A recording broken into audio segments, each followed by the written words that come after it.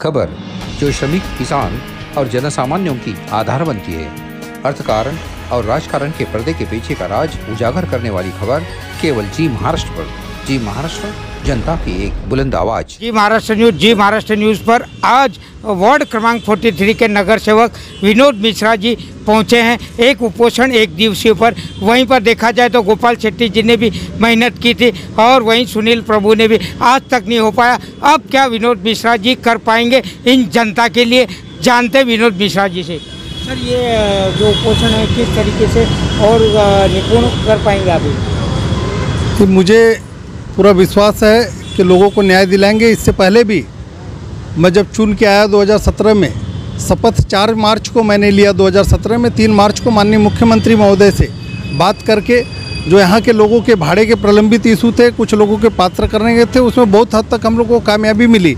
लेकिन कुछ न कुछ कारण से यहाँ पे रिपेयरिंग के काम पेंडिंग थे और वो कई ड्रेनेज के काम पेंडिंग थे, कई कलवर्ट के काम पेंडिंग थे। कुछ हद तक 14 पॉइंट थे जिसमें से करीब हम लोग 6 पॉइंट पे सफलता पा लिए। अब सब लोगों को पता है कि सरकार नहीं रही, फिर लॉकडाउन आया, लगातार फॉलोअप कर रहे थे। हम लोग बात कर रहे थे कि लोगों को न्याय मिले, क्योंकि लॉकडाउन की वजह से लोग इतने परेशान हैं। क्योंकि अभी तक तो लोग भाड़ा नहीं मांग रहे थे, लेकिन जो जहाँ पर भाड़े पे जाके रह रहे हैं लोग झोपड़पट्टी वासी, अब उनके जो किराएदार हैं उनको लोग परेशान कर रहे हैं, रूम के मालिक परेशान कर रहे हैं। बिल्डर से बार बार मांग करने के बाद भी बिल्डर सुनने को तैयार नहीं था। मजबूर होकर के हम लोगों ने पहले हस्ताक्षर अभियान चलाया। वो कॉपी हमने माननीय मुख्यमंत्री, माननीय हाउसिंग मिनिस्टर, माननीय सारे सीओ को दिया, लेकिन उनके कानों पे जू नहीं रेंग रही थी। तो हम लोगों को आज यहाँ पे धरने पे बैठना पड़ा और मुझे पूरा विश्वास है, लोगों की ताकत है, आप लोगों का साथ है, हम लोग इसमें ज़रूर विजय हासिल करेंगे। जनता 700 दिनों तक यहाँ पर अनशन कर रही थी। उस समय पर गोपाल शेट्टी जी, सुनील डिसोजा, सुनील प्रभु सभी लोग पहुँचे थे, अभी तक कामयाब नहीं हो पाए। तो आप कैसे, किस तरीके से कामयाब हो पाएंगे इसमें? अब उसमें भी जो पॉलिसी बनाने का था प्रधानमंत्री आवास योजना के तहत माननीय गोपाल शेट्टी जी के नेतृत्व में बहुत आगे तक काम माननीय मुख्यमंत्री देवेंद्र फडणवीस जी की लास्ट में जब आचार संहिता लगने वाली थी, वहाँ से लॉ डिपार्टमेंट में पॉलिसी बन करके अभी आ गई है SRA में, और SRA में नोडल ऑफिसर अपॉइंट हो गया है।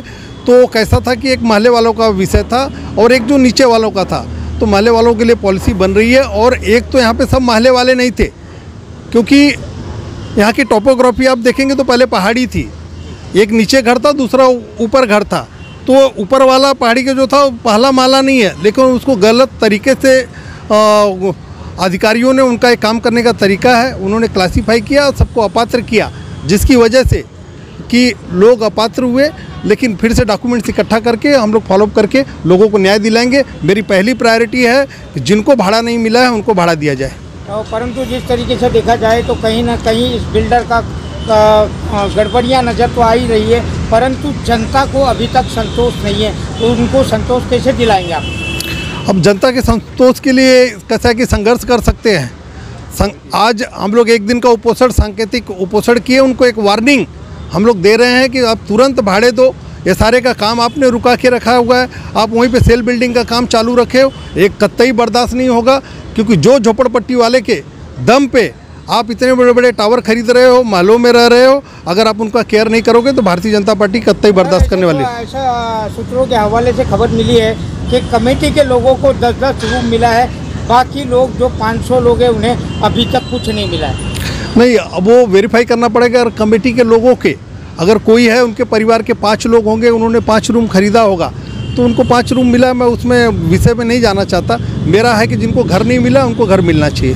सर, जिस तरीके से अभी देखने वाली बात है कि अभी थोड़ी देर पहले, आधे घंटे पहले संजय राउत ने केंद्र सरकार पे भी निशाना साधा है, और उस पर क्या कुछ कहना है आपका? संजय राउत को आप सब लोगों को पता होगा कि संजय राउत बड़ बोलेपन है, उनकी बात से कितनी बार शिवसेना ने किनारा कर चुका है। तो उनको शिवसेना सीरियस नहीं लेती है, तो हम लोगों को भी सीरियस लेने की जरूरत नहीं है। लेकिन ये पहले दिन का जो अधिवेशन समाप्त हुआ उसमें शिवसेना टेंशन में है, तो क्या बात है वो, क्या कुछ?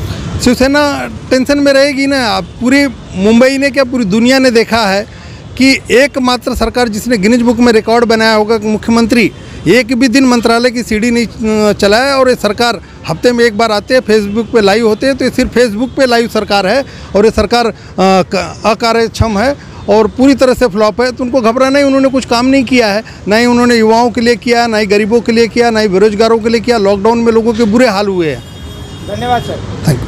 आज हमारे साथ में लगातार बने हुए थे विनोद मिश्रा, वार्ड क्रमांक 43 के। जिस तरीके से एक दिवसीय उपोषण लिया गया, अब वहीं पर वो सक्षम हो पाएंगे या नहीं, ये तो आने वाला समय ही बताएगा। और अब जिस तरीके से उन्होंने प्रण लिया है जनता के लिए, अब जनता के लिए वो कितना कर पाएंगे, ये तो देखने वाली बात होगी। कैमरा पर्सन हर्षद के साथ मैं अशोक गुज्जर, जी महाराष्ट्र न्यूज़, मुंबई।